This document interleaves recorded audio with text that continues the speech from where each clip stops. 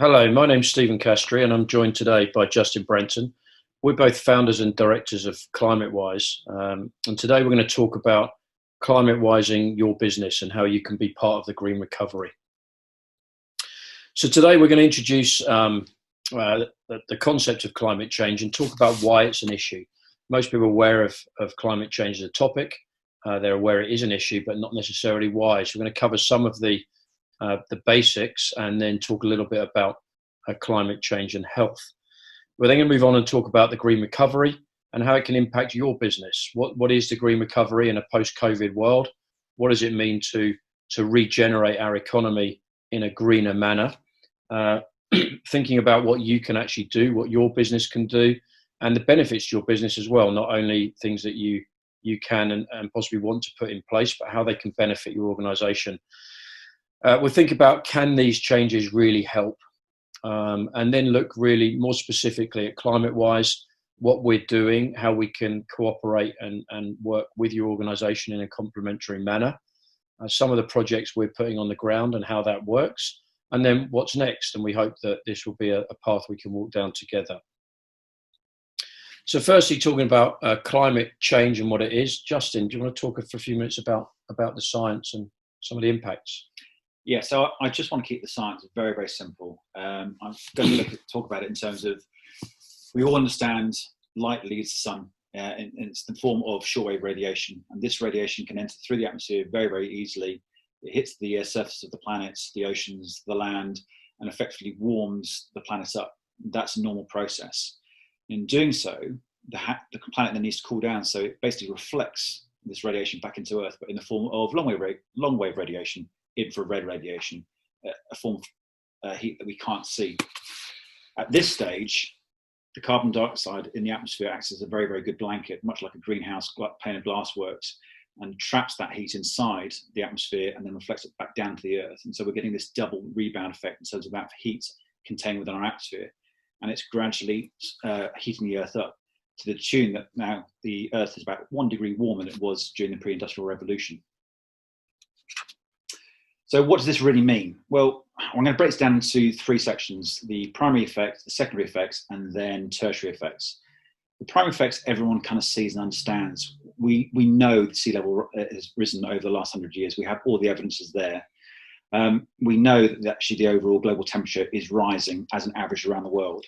We know that there is higher concentrations of CO2 in the atmosphere now than there were from pre-industrial revolutions. And we know there's a difference between the different types of natural background CO2 and CO2 released from burning of fossil fuels. None of this is a surprise. We then look at what's the big deal? Well, what we're seeing more wildfires as an example. We've seen the fires in America. We've seen what happened in Greece in 2018. We see the fires that happen almost every year now in Australia. And more recently, we've seen the fires that have been happening in the Arctic regions. This tends to release more particulate matter into the atmosphere, and that then has health consequences elsewhere. We know that actually we're seeing more heavy rainfall. A warmer atmosphere holds more moisture, therefore you get larger dumps of either rain or snow. But because it's warmer, we also see greater likelihood of evaporation and therefore more drought.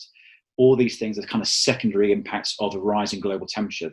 They're happening, there's the evidence, we hear the news stories all the time. What we don't quite hear so often is actually, what does that mean to the human population, to the health effects of everybody around the world? And all the evidence now suggests that actually this is leading to more problems around ability to breathe, cardiovascular problems. There's greater chance of vector and airborne diseases, COVID being a classic example. We see that actually malaria is now spreading further and further north into the developed world, because the temperature is now, the temperature band has made it survivable for mosquitoes to be able to transmit malaria. So these are all kind of issues that we tend to see. We see greater crop failure, therefore there's increased levels of malnutrition around the world. And this is forcing people to actually have to move to find more food. And it's then leading to conflict because we're actually scrapping around for resources in a smaller area. So, global warming, it's very, very easy to be flippant about it, but it actually impacts us on a personal level. If we look at some of the stats around the world, almost 7 million people die each year as a direct result of particulate matter. So this is usually the extra CO2 and particulate matter that's released into the atmosphere due to excess burning of forests and woodlands around the world. And this in itself, just this one cause, is causing almost 7 million deaths. And to bring it back to a maybe smaller scale and more relevant scale, it does impact upon us in the industrialized world. So every year in the UK, 40,000 people die of poor respiratory disease due to particulate matter and ozone in the atmosphere. And this is not a topic for debate. Sometimes it can seem that way in the news, where you have pro-climate change versus people who are deniers. But 97% of climate scientists are telling us that this is happening. And as of today, there's no other plausible explanation other than it's a human-made impact. There's always going to be vested interest groups who are looking to protect themselves, and that's fine. No one's denying that. But it's about thinking, what's a sustainable future looks like for us? And it doesn't have to be something that actually costs us money. It can be a way for us to, as Stephen mentioned before, lead into a green recovery and a new world that allows us to provide something for our children going forward. So how does this affect businesses? Well, the green recovery refers to a changing way where businesses, people, communities, countries and international community will behave to help battle climate change. But what does it mean for your company? Well, a core asset we use when we talk about our people and our human resources is your people are your strongest asset. But it's interesting when you look at your staff, the millennials and Generation Z age groups, from those entering the workforce up to around those of 40, 45 years of age, are huge supporters of these environmental considerations. It means a massive amount to people of this age. It's their children that will struggle, and certainly their grandchildren if this isn't repaired. So it's an important matter for your employees, and that does make it important for you. Your existing clients, well, they may also be of a similar age. They fit into those categories. Depending on the industry that your business operates in, you may have clients that are already asking you to understand your environmental, social and corporate governance policy, the ESG policy. If you don't now, you possibly will. And then for your potential new clients, any business development work you're doing, you again may be asked as part of a request for proposal, an RFP process, to provide your ESG policy. If you're not asked, then actually by including the ESG policy within the RFP process, that can act as a differentiator for you and give you a greater chance of winning new clients. So if you put it into a context of day-to-day business, engaging with this green recovery can be massively positive for an organization. The final point is, whether your regulator or government requires you to implement an ESG policy now, it very likely will.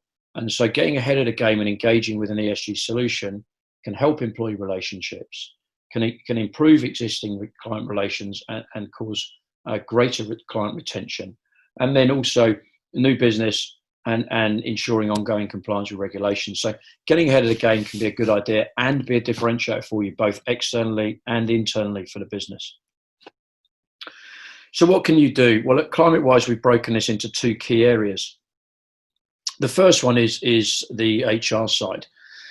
We've looked at this and said, okay, if this is a key element for people to select to join a company or to stay with their company, how do we do that? Well, for as little as £5 a month per employee, it's possible to offset your staff member. And this has been hugely popular amongst our relationships. People really enjoy this structure. So actually a key employee benefit. You as an employer will pay £5 a month. Your staff member knows whether they've had to drive to work or get the train, even if they're trying to be as environmentally friendly as possible. You've taken any residual footprint they've left and you've wiped it clean on behalf of them. That leads to employee satisfaction, and it helps you for your branding and marketing. You're looking after your employees and giving good benefits. May help you hire some people, may help you retain your staff, certainly improves the satisfaction of your staff. So that's hugely popular and isn't at a great cost. The second area is then to look at the company footprint itself, looking at what your company does for your company travel, buildings, any other area where you're spending money and running your business that has an environmental impact. That can only ever be an assessment. So working with our experts, we work with a number of templates that allow us to estimate the impact of your company footprint. That then can come up with a a pound or dollar offset amount that you can then donate monthly to projects to offset your company's footprint and make sure it's clean. That again can lead you to position yourself as an environmentally friendly company with strong corporate governance and a good community citizen and a good corporate citizen. Helps with your employee satisfaction, can help with branding and marketing. We know the big companies use that all the time. So Walmart announced that New York Climate Week, September 2020, they were targeting climate neutral. We know Amazon has put a big budget towards being climate neutral. And these things are being driven by some of the large pension funds and shareholders. But at a smaller and medium-sized company level, those up to 1,000 employees, it's key for some of their clients and their staff that they do this. And again, for new business, for RFPs and proposals, this can be an intangible differentiator. So it can be great for your social media presence, your positioning and marketing, great for existing clients and staff, great for new business. So for a relatively low cost, a company can complete their ESG policy and commitments, improve satisfaction, get marketing and branding development, give themselves a differentiator. And this gives us a win-win-win scenario, a win for human resources and your people, a win for your clients, and a win for the environment. So it's a triple win, or a win cubed scenario. So can this really help? Well, yes, it can. If we start from the bottom of this diagram, we look at governments and regulators. We look at tax and their contribution, but the UN have driven a lot of this work, and the Paris Accord had 195 countries sign up to adopt the Paris Accord. So the UN and countries are trying. International governmental organisations and non-governmental organisations are also working hard to try and identify projects and offset. And big businesses, we already identified Walmart and Amazon, are also offsetting their footprints, driven partly by regulation and partly by shareholder demand. But then there's the rest of us, from individuals, households, communities, schools, and the small and medium-sized businesses, those maybe up to 1,000 employees. Often they just simply don't know enough about the issue, they don't have time, and they don't understand how they can possibly make a change. And for that purpose, ClimateWise was founded. We founded ClimateWise to create an organisation that can collect all of these contributions, that can collect the offset funds, can put them to work, can meaningfully select projects, and can measure those projects to deliver exactly what they're meant to. So it does what it says on the tin. ClimateWise works with your organisation, collects donations, aggregates it with others, helps select projects, manage them, and evaluate their effectiveness, and reports back to you. So what does it do? Well, we have three different elements. The first one we talked about, the HR one, the employee offset program. For a moderate amount of money, your company can offset the employee, put it in the employee benefits package, and talk to them. You'll have a presentation about climate change from one of us or one of our ClimateWise ambassadors, and that will talk about the action your company has taken on behalf of its employees. The employees for companies over 15 people will get a gift bag of ClimateWise merchandise. They'll receive a personal report outlining the contribution they've made, the projects it's supported, and the impact it's had. And then as a company, you'll also receive a report showing the impact the company has had. So that's the employee offset program. The second one, the business offset, will help you conduct the high-level business audit, and will help you assess the cost it would take to offset that. Should you choose to do those two, we'll then work with your ESG program coordinator. We'll help with our experts do an evaluation of your program. And if you don't have a program, we'll help you write your ESG policy and put that in place, so that can take the work away from your team and you can focus on running your business. So what does ClimateWise do? Justin, you'll talk us through some of the projects. Yeah, so as Stephen's mentioned, effectively we collect funds from businesses, schools and communities. We aggregate those funds together, and then we go out around the world to try and identify projects that have the most meaningful, biggest impact. And with that, we have kind of key criteria that we try to adhere to. First and foremost, every project its primary goal is to reduce either global CO2 levels, minimize CO2 input, or to prevent CO2 being released in the first place. A classic example of that would be from deforestation, burning of deforestation. Beyond that, though, we've looked at that thinking, well, what's sustainable for the future? We need to create a world that actually allows access to effectively environmentally friendly electricity, provides work opportunities, and improves the infrastructure of the local communities. So the secondary kind of things we start to look at is what are the employment opportunities? Is it beneficial for civil society in that particular area? Can we get public participation engaged, as well as gender considerations? Is it cost effective for us as well? And is it sustainable, replicable? We also then look for a balanced distribution around the world. We acknowledge the fact that some countries actually have political problems. Some countries are affected by, unfortunately, climate change issues, such as adverse weather conditions. So we spread our portfolio around the world to mitigate against any kind of internal or external disasters that may occur.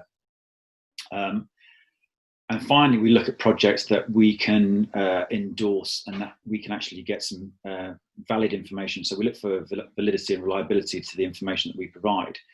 So with that in mind, we basically choose projects that meet either the gold standard, which is the premier standard in the world in terms for assessing these projects, or our UN endorsed projects themselves. And between those two organizations, we can basically guarantee validity and reliability to what they provide and what they do and what they achieve.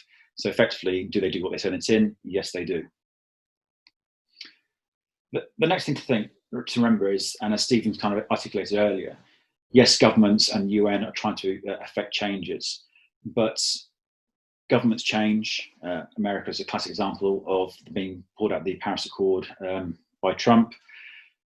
We all need to make an impact. We can all make a difference. And it's only when we all come together and we all have a voice and we all have a choice that together we can actually look to achieve the goal, which is keep climate warming below 1.5 degrees above industrial levels.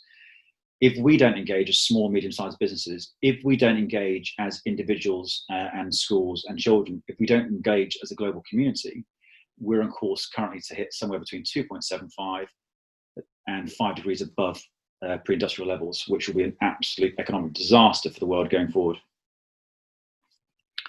Just going to leave you with a section from David Attenborough and his talk in 2018. Right now, we're facing a man-made disaster of global scale, our greatest threat in thousands of years, climate change. If we don't take action, the collapse of our civilizations and the extinction of much of the natural world is on the horizon. The People's Seat gives an opportunity for everyone to join us here today, virtually, and speak. This is our We the People's message. I'd like to thank you for inviting me to share my thoughts. We're facing this global challenge of climate change. We're increasingly witnessing impacts of climate change in China with our own eyes. That is already affecting us in a really scary way. Climate change affects everyone and will continue to affect millions of the world's poorest people. The People's Seat, giving millions the opportunity to talk directly to you, the leaders and decision makers today. Voices were heard from all over the world. We all know what's good and what's not good for the planet. The world's people have spoken. Their message is clear. Time is running out. They want you, the decision makers, to act now. And we'll leave you with a quote from President Barack Obama. Someday our children and our children's children will look us in the eye and they'll ask us, did we do all that we could when we had the chance to deal with this problem and leave them with a cleaner, safer, more stable world? And I want to be able to say, yes, we did. Don't you want that? We hope you've enjoyed this and we look forward to speaking with you. If you want to contact any of us, You can contact us at climate-wise.com, where you'll find contact details for all of us, including all of our ClimateWise ambassadors, or you can find us on our social media accounts. And we hope you'll take this opportunity to make your business climate-wise.